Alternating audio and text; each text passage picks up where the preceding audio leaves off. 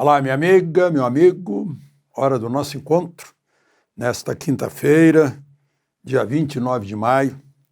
Eu estou assim porque vou agora à Embaixada da Argentina para comemorar o início da Revolução da Independência Argentina.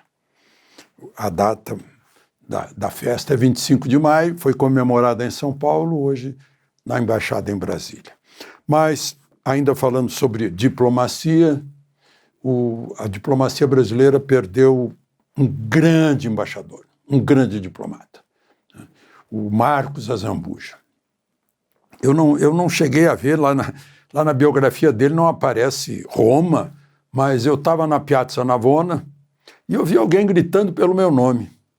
Era o embaixador Marcos Azambuja, da janela do palácio, numa Panfili, que é a embaixada brasileira, no melhor endereço de Roma, dizendo, vem cá, já conhece a embaixada, quero te mostrar a embaixada. Um palácio maravilhoso, quadros maravilhosos, tapeçaria, móveis. Né?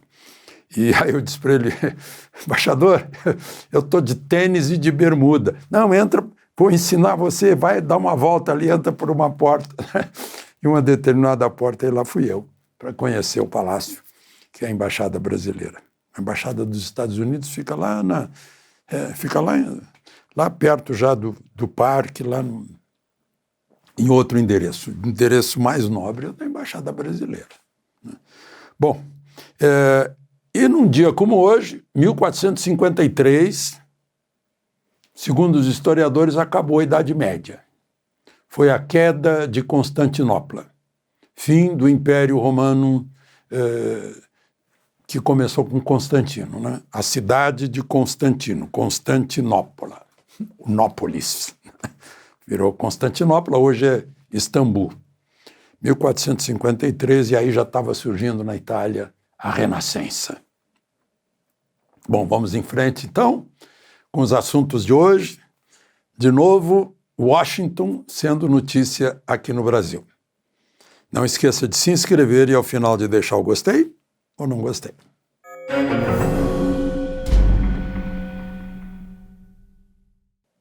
Vocês lembram do Jason Miller, conselheiro de Trump? Ele veio ao Brasil em 1921, veio a Brasília por uma reunião mundial desse CEPAC, né?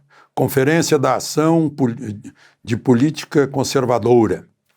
Esteve com Bolsonaro e na hora de ir embora, a Polícia Federal o abordou no aeroporto, por ordem do ministro Moraes, para interrogá-lo.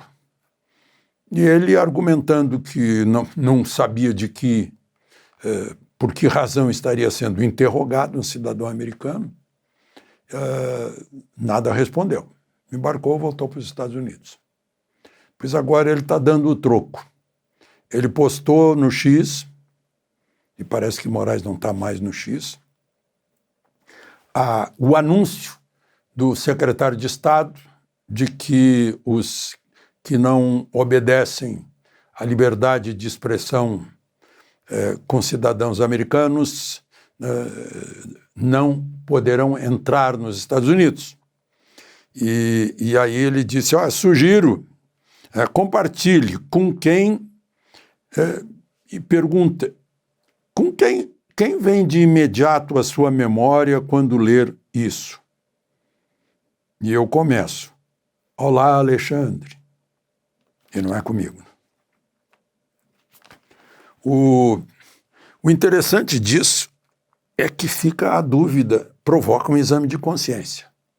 Porque não vai haver uma lista divulgada, olha, tais e tais. Isso é um passaporte, visto, uma questão íntima das pessoas. Então não vai ser divulgado publicamente, é o que eu soube. E aí a pessoa vai ficar assim, bom, eu preciso ir para Miami, eu preciso ir para Nova York. Aeroporto MIA, né? MIA, que é a sigla de Miami, ou o John Fitzgerald Kennedy, lá em Nova York. E aí? Aí embarca no Brasil, embarca em São Paulo, Brasília, Rio. depois de 8, 9, 10 horas de voo, desembarca lá. Aí, na hora do controle de passaporte, o sujeito olha no computador e diz: o senhor me acompanha, o senhor não pode entrar, o senhor vai voltar para o Brasil. Já imaginou? Isso que vai acontecer, sem deixar de lado a lei Magnitsky. Vocês notaram que já está todo mundo pronunciando direitinho e com certa fluência, Magnitsky, né? Pegou assim no país inteiro, na mídia toda, né? Que é uma lei do Congresso americano que ainda vai ser aplicada, que significa bloqueio de bens, significa não poder ter relações com empresas americanas, bancos, cartões de crédito, companhias aéreas, tudo que for sediado nos Estados Unidos não pode ter relações econômicas. A pessoa e talvez alguém de sua família, para evitar a laranja nisso aí, né? Bom, isso ainda está em estudo, como o próprio secretário de Estado anunciou. Até onde eu sei, está em estudo agora no Departamento do Tesouro, que é, traduzindo, o Ministério da Fazenda de lá. Aí aqui no Brasil vem uma espécie de represália. Não, vamos pegar o Eduardo, né? O Eduardo está lá. Não, então vamos pegar o Bolsonaro, porque o Bolsonaro é que está mandando dinheiro para sustentar o filho. Mas onde é que está a base legal disso? Onde é que está o devido processo legal? Mas, enfim, faz parte do mesmo espírito que nasceu lá no início de 2019, né, com aquilo que o ministro Marco Aurélio chama de inquérito do fim do mundo. Então, a mídia toda vai atrás, né, comportadíssima, submissa, como se Eduardo fosse o causador disso. Não, agora se disserem que Clesão foi o causador disso, aí sim.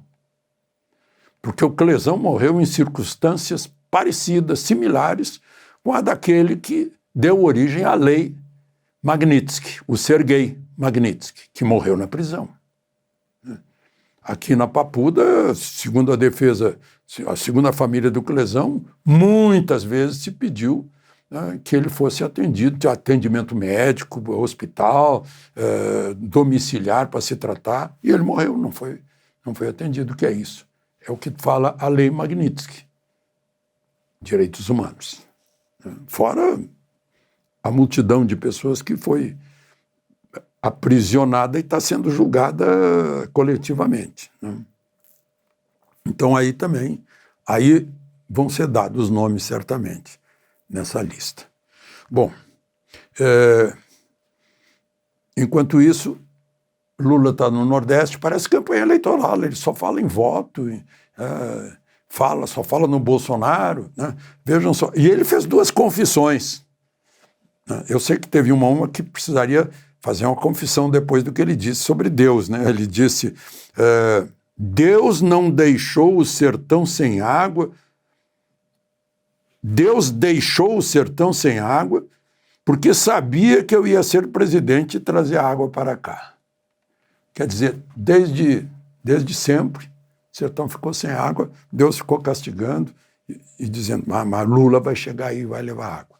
Só que, ironicamente, lá em o ramal Apodi, em Cachoeira dos Índios, ele inaugurou uma obra que foi começada por Bolsonaro. Bolsonaro continuou obras começadas por Lula ou pelo governo do PT, mas ele também foi lá. É a ligação de água para o Ceará e para o Rio Grande do Norte. Começou em 2021 com Bolsonaro, né? Bom, mas eu disse, ele fez 2 confissões. A primeira confissão é o seguinte, palavras dele: o país não pode sofrer o retrocesso que sofremos nos últimos 6 anos. Dá 4 de Bolsonaro e 2 dele. Depois ele diz o seguinte, a seca faz parte da natureza. A fome é falta de vergonha das pessoas que governam esse país e os estados. É uma confissão. E diante dos governadores dos estados do Nordeste, onde há fome. Que coisa, né?